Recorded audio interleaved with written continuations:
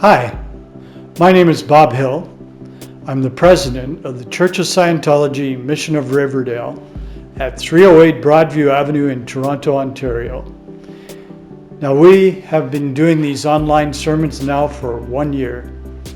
Today's sermon is a code that you can use to improve relationships.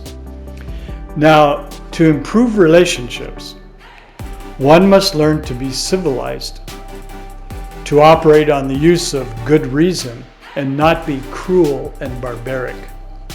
Would you like to have a simple code to establish and improve relationships? Well, here we go.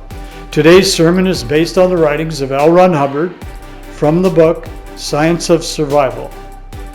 The chapter we're going to be looking at is called the Auditor's Code. This code has been called the Code of How to Be Civilized. An auditor is a counselor in Scientology. What the word auditor means, it means someone who listens and computes. A clear, who I will be referring to in this sermon, is an individual who has had all the upset removed from his past. A pre-clear is someone receiving counseling and moving towards becoming clear. I will now read to you from the book Science of Survival by Mr. Hubbard. The auditor conducts himself in such a way as to maintain optimum affinity, communication, and agreement with the pre-clear. The auditor is trustworthy. He understands that the pre-clear has given into the auditor's trust his hope for higher sanity and happiness, and that the trust is sacred and never to be betrayed. Sounds pretty lofty, doesn't it? I mean, you'd think these auditors are like saints if they can do those simple 2 steps. However, they're not. A person just like you or anybody else can become an auditor. The auditor is courteous. He respects the pre-clear as a human being. He respects the self-determinism of the pre-clear. He respects his own position as an auditor. He expresses this respect in courteous conduct. Now that's a key point here, the self-determinism of the pre-clear. He respects that. If you take away the person's self-determinism and try to get them to be different than who they are, or possibly make less of what they're trying to do, you're actually invalidating the true beingness of who the pre-clear is. Now, if you apply that to life, if you respect the person's self-determinism, then you would say you're willing to let him go through life, let him have his problems, try and help him to face those problems, but you also allow him or her to make their own decisions. The auditor is courageous. He never falls back from his duty to a case. He never fails to use optimum procedure regardless of any alarming conduct on the part of the pre-clear. Now, it's funny that that would come up, because just today, for example, I was talking about a specific person who had some somewhat alarming conduct. However, he was fortunate enough to have auditors who helped him, who weren't overly concerned about his alarming conduct, but through the use of Scientology and its tools, were able to give him some information so that he could point himself in a correct direction and contribute more to society and become an asset. The auditor never evaluates the case for the pre-clear. He abstains from this, knowing that to compute for the pre-clear is to inhibit the pre-clear's own computation. He knows that to refresh the pre-clear's mind as to what went before is to cause the pre-clear to depend heavily on the auditor, and so to undermine the self-determinism of the pre-clear.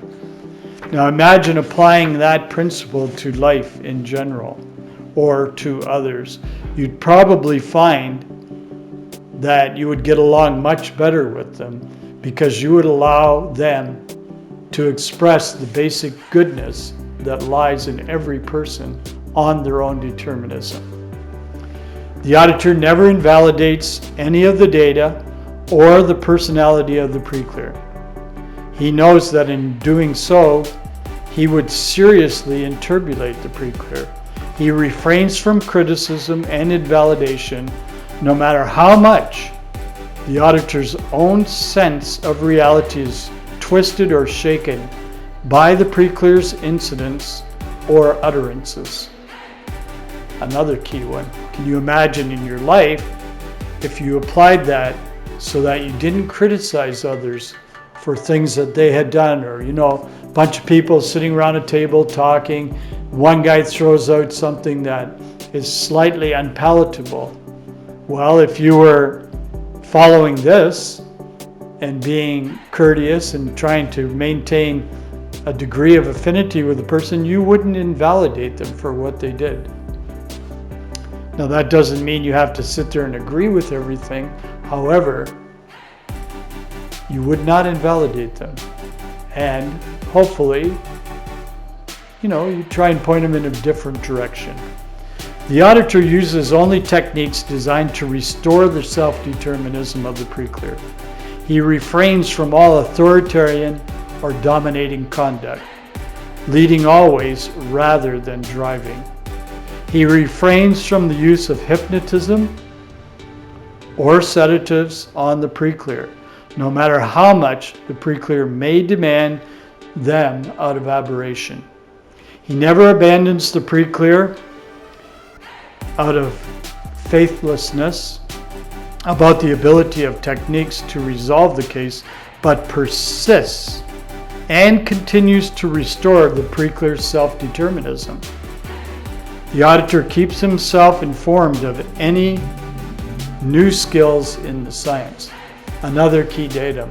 So you could say, well, in Scientology, you can hear many different things that are said. However, in Scientology, through the application of the technology that we have, you're actually working to have the person become more self-determined. Isn't that interesting? Not less, more. You want them to become more and more and more themselves, and less those things inhibiting them from becoming themselves. The auditor cares for himself as an auditor. By working with others, he maintains his own processing at regular intervals in order to maintain or raise his own position on the tone scale despite the restimulation of himself through the process of auditing others.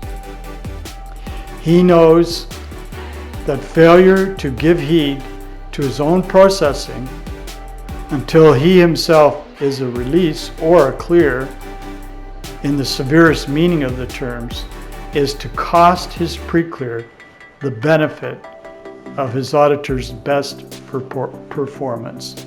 So the auditor always has to take care of himself. Now you can take that in life.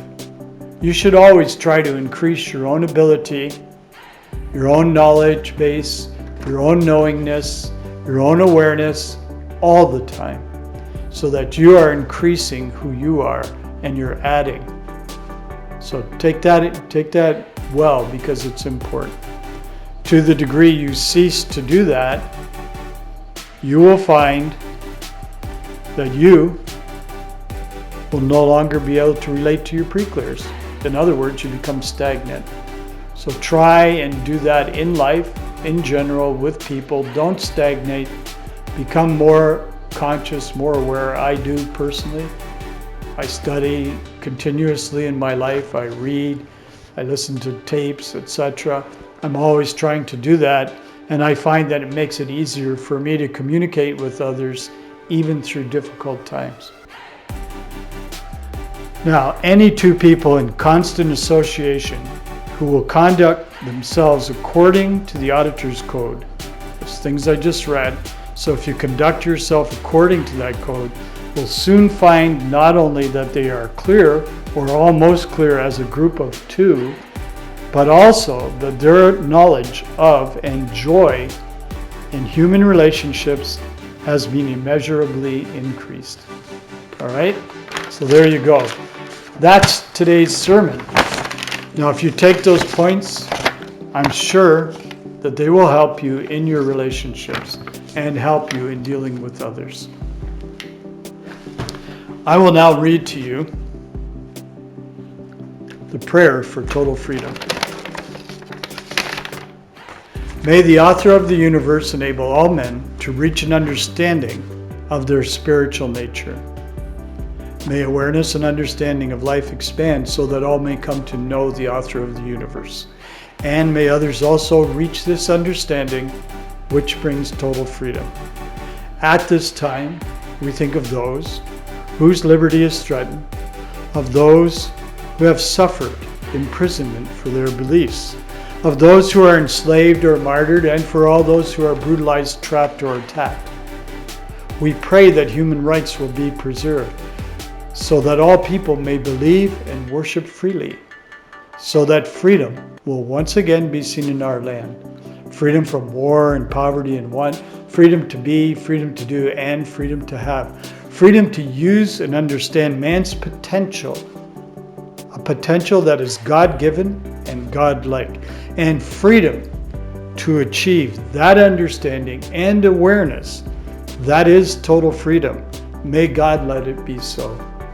Thank you for today. So use the auditor's code to increase the joy in your life and help others. See you next week.